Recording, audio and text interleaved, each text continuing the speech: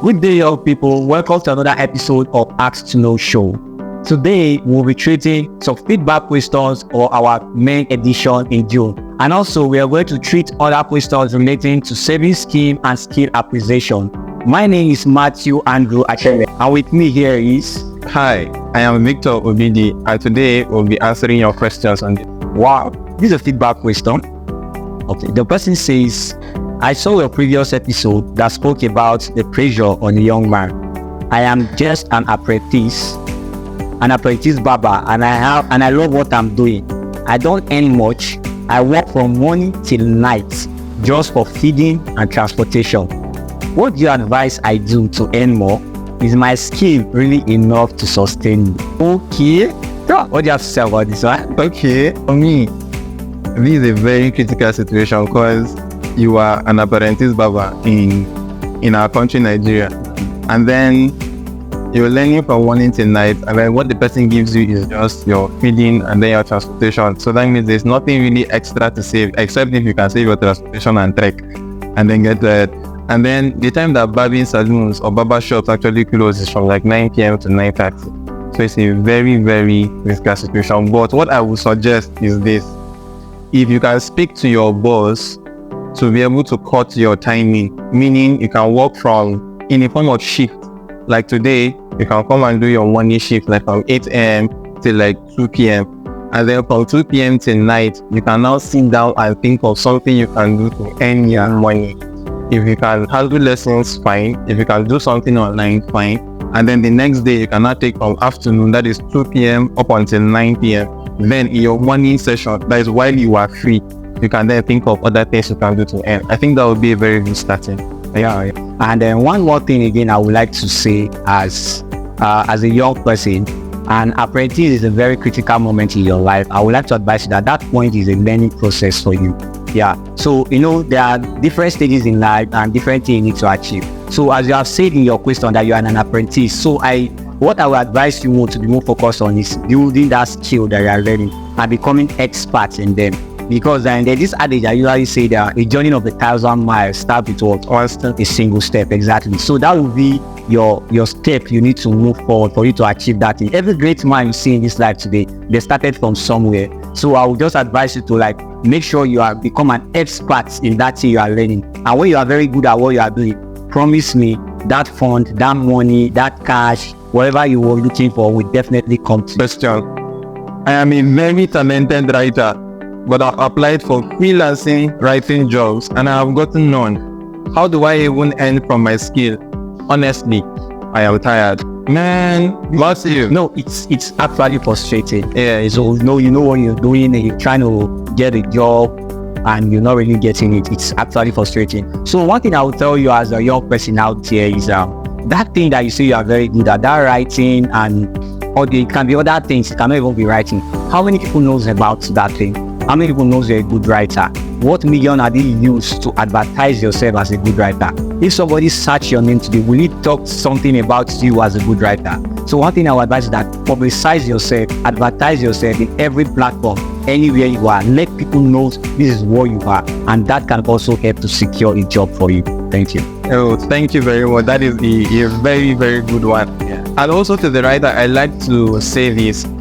Sometimes we feel like our skills can only be paid from direct jobs that we have to do. But have you ever thought about certain applications or certain things that you have to just do your thing? Let me give an instance. An example is the Amazon KDP, Kindle Publishing. Now, in the KDP app, it gives you an opportunity to sell your story.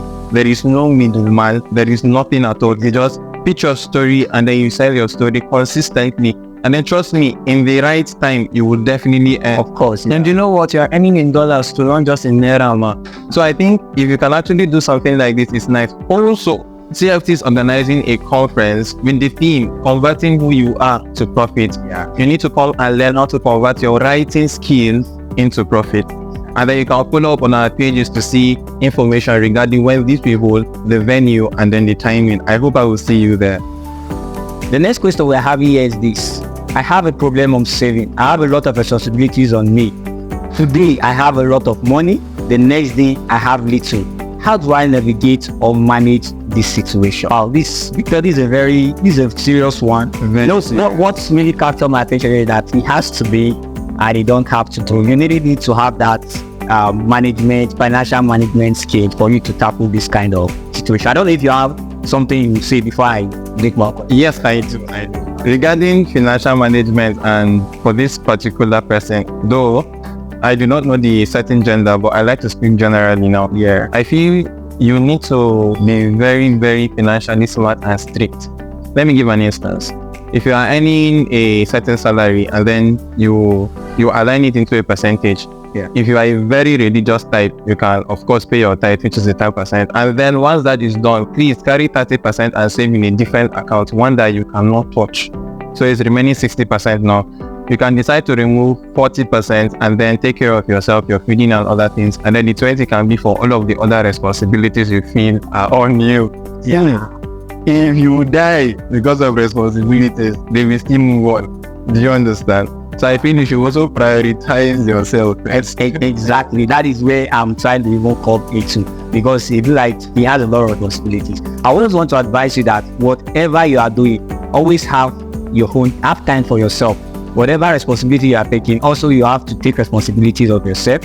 And secondly, you need to have a budget of whatever you are doing. So there is one thing he said that started. He said he has money today, I do not have tomorrow. There's this saying, they call it a one-time rich man syndrome. You think as if you have that money.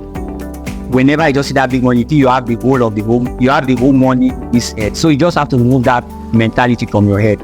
Don't see money as something that is too big. Whatever you have, try to make sure you save. You have a percentage you save in it. Then lastly, I will look at what you talked about, and the saving culture. Talking about saving culture, I will use this opportunity to introduce you to TFT saving scheme. It's a saving scheme designed by this organization that helps young people to save money as little as 1,000 naira. So, in every 1,000 naira you save, you get a 2% interest, which will be kept for you as a fixed deposit for after 7 months or 1 year. Then you can get access to it. So if you can invest your money on this kind of scheme, I assure you, if you practice this in a very short time, you'll be financially stable and financially independent. For more inquiries, you can send us a DM, and I assure you we'll take it up from there. Here is our last question for the day.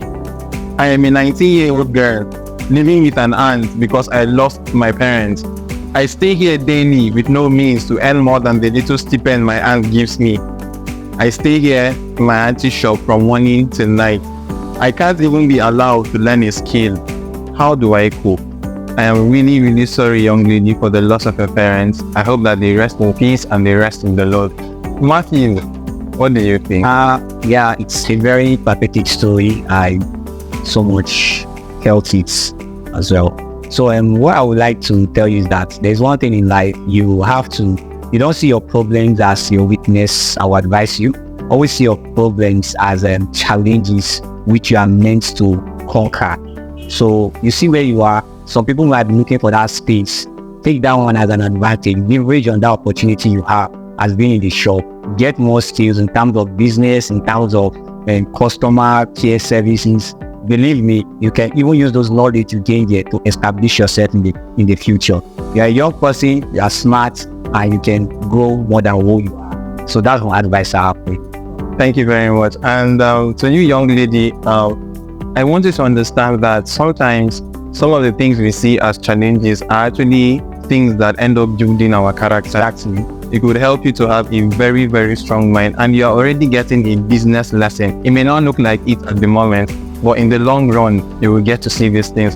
And listen, in the next few years, all of this will pass. And the things you've learned from here are the things that are going to sustain your own business. And you know what? I am rooting for you. Yeah. Hey, young people, I hope you enjoyed this episode of the Ask to Know show. And to the questionnaires, I hope we answered your questions in the right way. And if you have more questions, you can do well to send them via the link in the comment section. See you on the next episode.